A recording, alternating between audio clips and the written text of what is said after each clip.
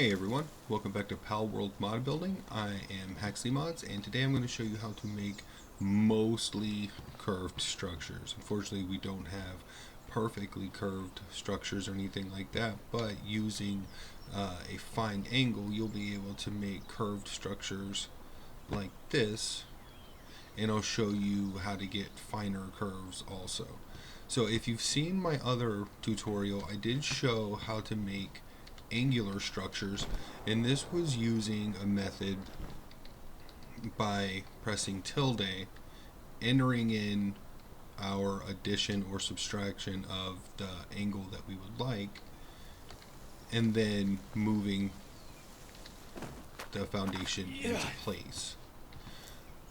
What we're going to be doing to get curves is, instead of entering in specific numbers, we're going to be using up and down on our rotation so that we can move in numbers less than 30. I found that 30 is the highest angle you want to use to try to get curves, because even at 30 it's pretty angular.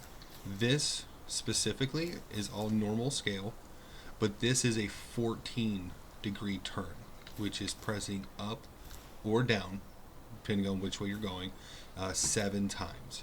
Each press of up or down is 2 points. So that is how we are going to make this grade.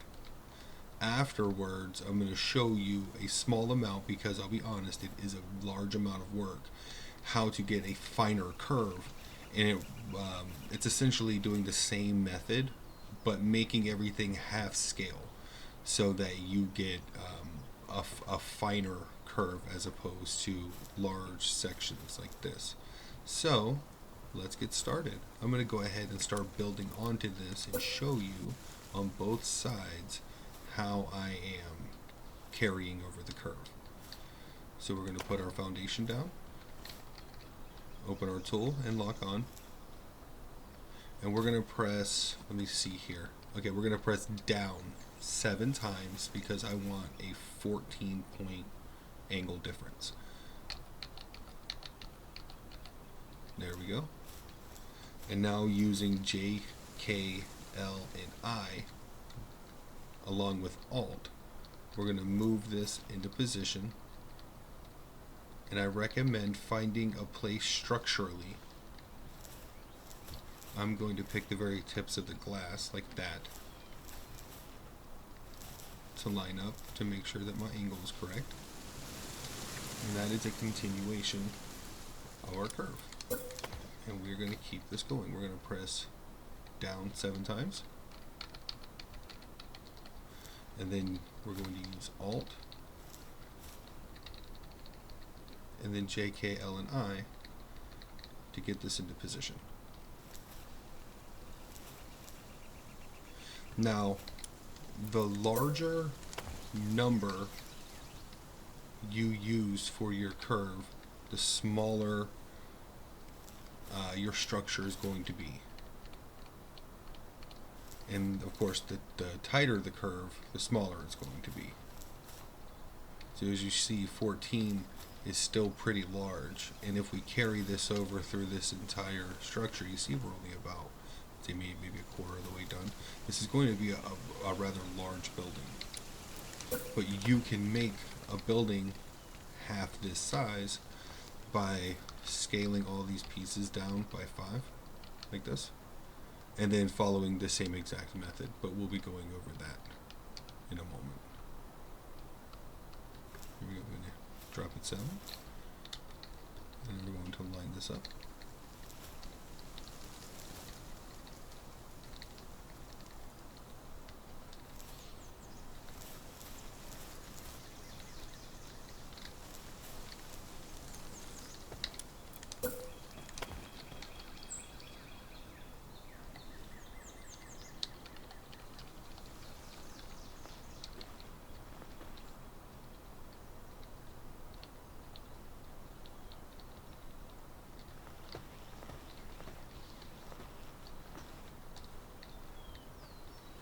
There we go. And if you've noticed, I have to make sure all of these line up. If they do not, when I go to put walls on this later, the walls that I put on also will not line up, and that will visually be an issue for us. It will not be the worst, but it can be annoying when you put all of this effort into building your shapes, and then one small part doesn't line up, and then all the pieces that you use to align it to afterwards also are off by only a little bit. So make sure you put extra care into making sure your initial parts are lined up properly. It will help you so much in the long run.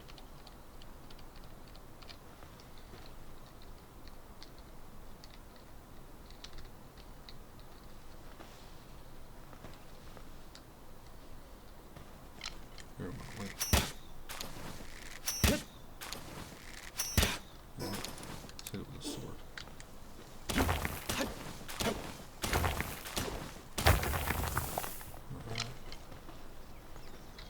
Let's keep it moving.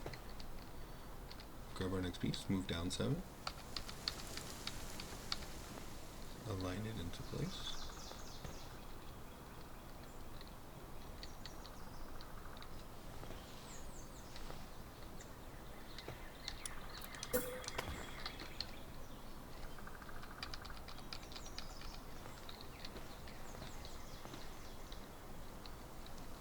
And this is really good if you're wanting to switch up the materials that you're using to create patterns.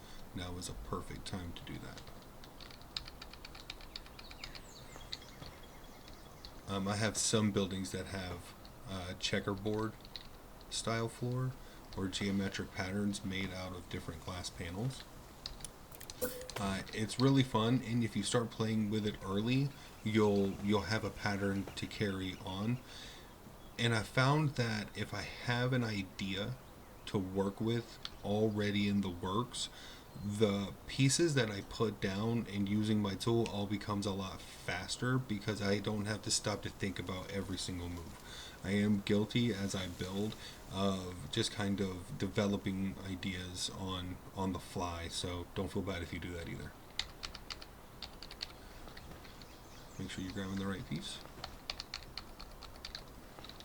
Move down 7. Let's get this aligned. Alright. Looking nice and curved, even though we're using straight pieces. And remember, this is 14 point curve. So I'm moving 7 times because each move is 2 points. Here we go. And as you can see, once you have your number and your size and all of this stuff set up, it gets a lot faster. It looks like more work than it is once you've practiced a little bit. I get a lot of people saying that, wow, that looks like a lot of work. And where it is, it's a lot of brain power thinking up the ideas, putting the stuff down, moving it into place. It's not quite as complicated as people make it out to be. If I can do it, you can do it. That is for sure.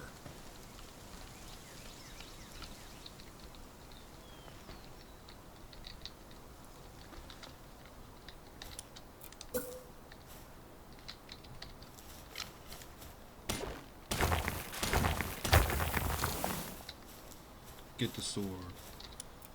Alright.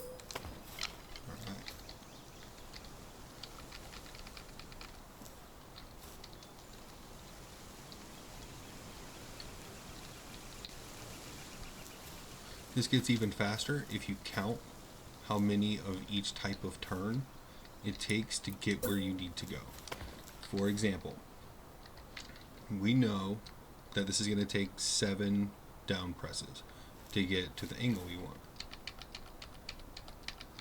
And I know that if I press L twice and then Alt L once, that is that axis lined up. And then 1, 2, 3, forward, 1, 2, 3. So if I follow over 2, Alt over 1, back 2, or I'm sorry, back 3, alt forward 3, this is going to line up. So what we'll do here is we know 1, 2, 3, 4, 5, 6, 7. 1, 2, alt move 1. And then we're going to go 1, 2, 3, alt 1, 2, 3. And that's perfectly lined up. If you're working on a big project like this, or you're working on multiple floors or things like that, having the knowledge of exactly how many presses it takes to line something up can really, really speed up your work, and it can really help you in proofreading your pieces also. If something looks off, you'll have numbers to compare instead of just totally guessing what's going on. 1, 2, 3, 4, 5, 6, 7. Move over 1, 2. Move over alt 1. Move back 1, 2, 3. Move forward alt 1, 2, 3. Perfectly lined up.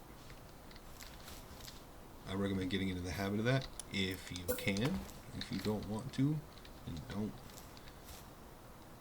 I encourage you to play exactly the way that makes you most creative. There we go. Move over 1, 2, alt 1. Move back 1, 2, 3. Forward alt 1, 2, 3. Alright, we're starting to close an actual circle here, even though we are using all straight pieces.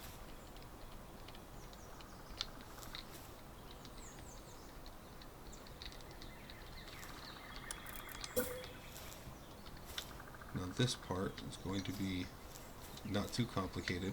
When you get to a part where you can't put a piece down, what you're going to want to do is build off of the grid where you can. Copy the piece you would have built off of, and then use your shift slide trick to put it where it would go. For example, I copied one. There we go. I copied this block because I would have built it here. So what I'll do is I'll use shift and move it where it would have ended up. 1, 2, 3, 4, 5, 6, 7. Over, over, alt, over. Back, back, back. Alt, forward, forward, forward. And as you can see, it does not line up perfectly over here.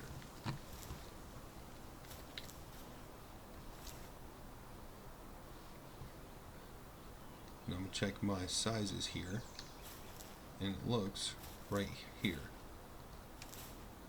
like I must have mispressed. Let's see, 74.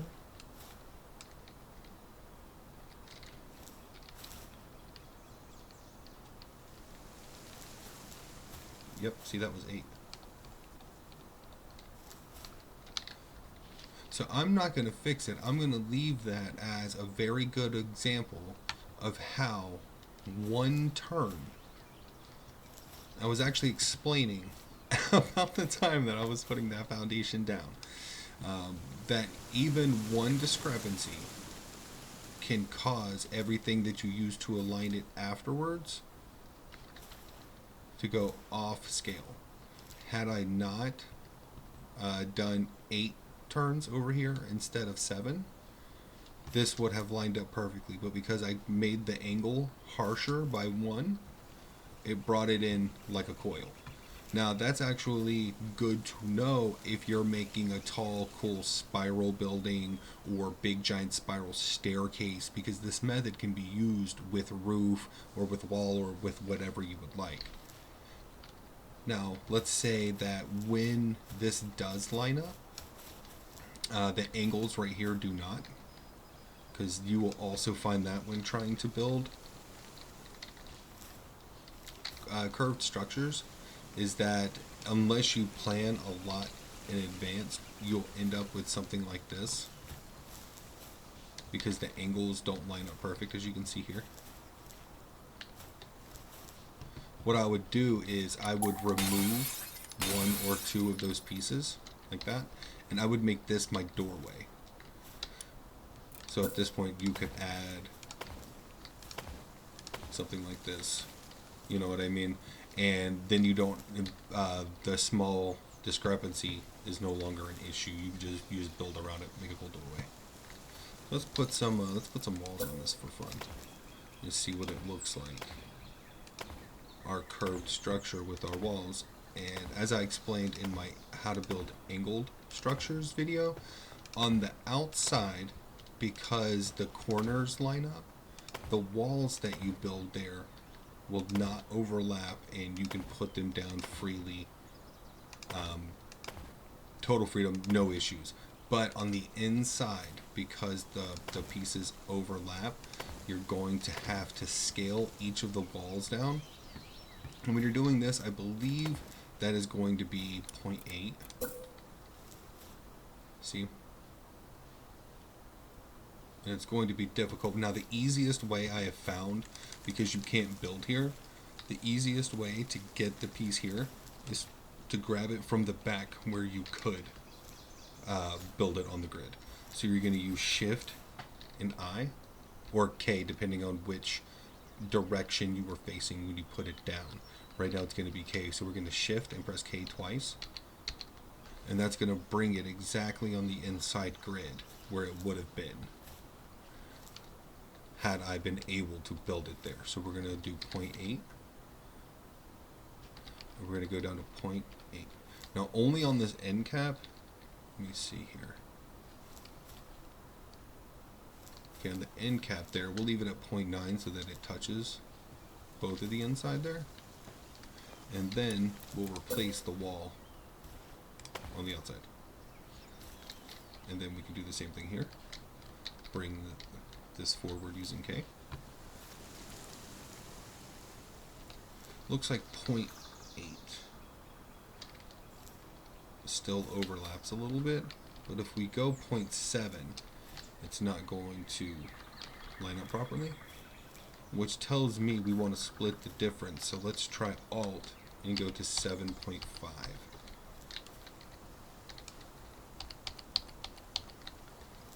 Now see, there's a little gap, and that would bother me, so I would make it 0.76 here and 0.76 here. Now if we enter that into our tilde field, we have that number preloaded so that we can just apply it to the next piece we work on. So let's replace the wall that we moved like this. Let's grab our next piece, Shift K, put it on rotate, there we go, Shift K, K, and then we're going to hit tilde, enter. We know that because it lines up, that's all we need. And then replace the wall that we took. And if you get used to this, you can have this done pretty quickly. It seems like a lot more work than it is visually, but really it's just repetition, getting the hang of stuff, knowing what numbers you're working with in your project, what shapes you want in your project.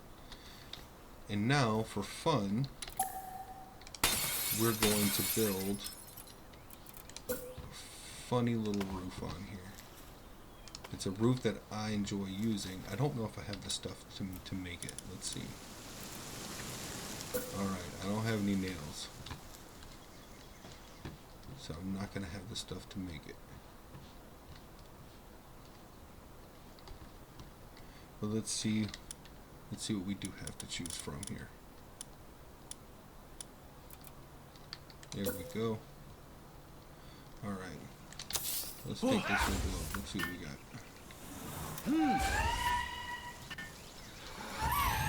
So what I know is that each of these foundation pieces points toward our center. So I'm going to grab one, grab its information, paste it onto this globe, and then we're going to walk this forward using Shift until what we believe is the center is where this is at. And I'm going to show you how to test that. If you were to ever use unconventional materials, as, there we go, that looks about center. If you're ever going to use unconventional materials as roofs or structure pieces, what you want to do is make it thin and stretch it out until it's even with one of the sides. As you can see, it's poking out of the side right over here. And we'll go check the other side and see where it correlates.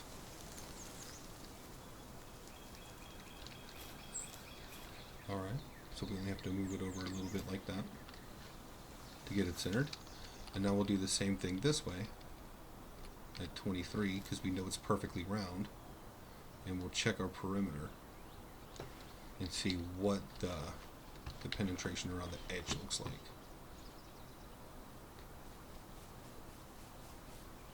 This is not perfect, but very, very close. It's off a little bit because I messed up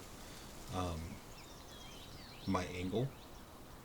So you see it's a little more shallow back here. So we can move this forward like that. And then it looks like 25 might be a good overhang size. Alright, now let's jump up here. We've got this really cool, interesting texture going on, and we can make it a little thicker if you want to give it some visual. And then you're going to go over to your Y position, and you're going to lift that guy up. Now what I recommend is getting in here and holding Alt, jumping up on the edge, see if you can see light through it like this, and then use Alt and lower it until it clips. There you go. Now you have a very strange roof. Now you can flip this over by using 180, and then you'll have to do the same thing. You'll need to lift it back up and align it with your wall like this. And this way actually seems better because it doesn't seem to block as much light, and you can see better in here a little bit. Here we go. So here is your glass yurt situation. Okay. Here you go. And now you have yourself a custom looking circular building. And this is the method that I use to build plateaus. All of my circular structures there. So if you find some use out of this, I definitely recommend using this. Now this doorway, of course, pals will be able to get through here, no problem at all. Be careful with your height. This is going to be too low for some alpha pals because of course it's only one high. You might need to make structures too high, and of course if you've built your circle properly, you shouldn't have any issues. So let's see what we do have here. These stone walls, alright? So now what we're going to do is just to show you how easy this can be if you've got your walls lined up. Just run around, throw a whole nother tier of wall up here.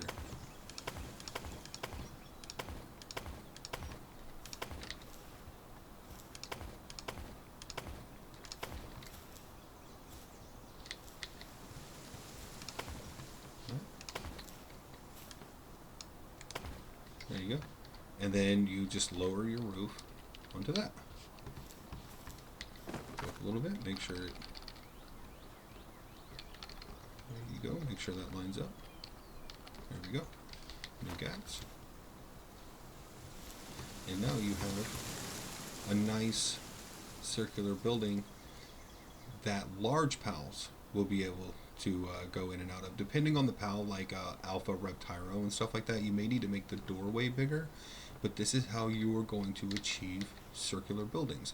This is made with a 14-point curve. If you were to make it with a smaller one,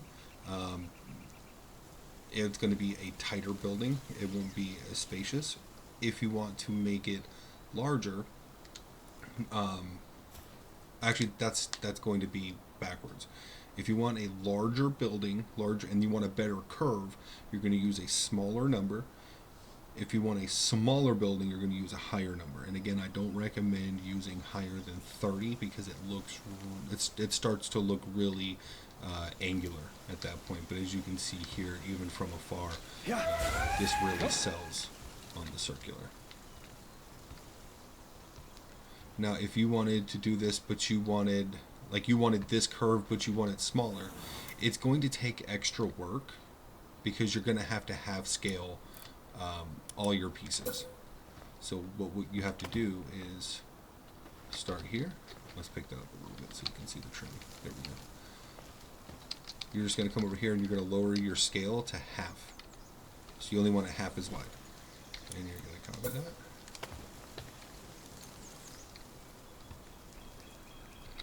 Paste it. Move this into position. And then you're going to count to 7. And then you're going to line it up. So it's going to take extra work to do this. But as you see, you're going to be able to get a smaller building with the same curve. This one is going to take some extra work because, as you can see, the walls want to go down at full size. But like I said, if you have up here your number preloaded, make sure you are on translate like that. As long as you have that number preloaded, you'll just be able to point and click at it like this. Tilde, enter. And then you can shift to slide it back over. 1, 2, 3, 4, 5, 6, 7.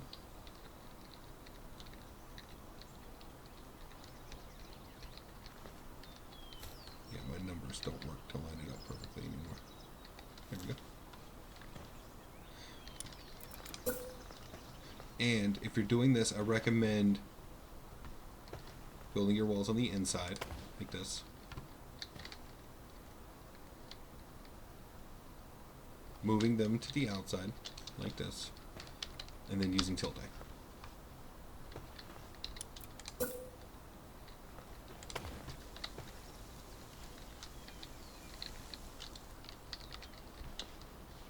And you'll be able to get a smaller, tighter structure by using this method.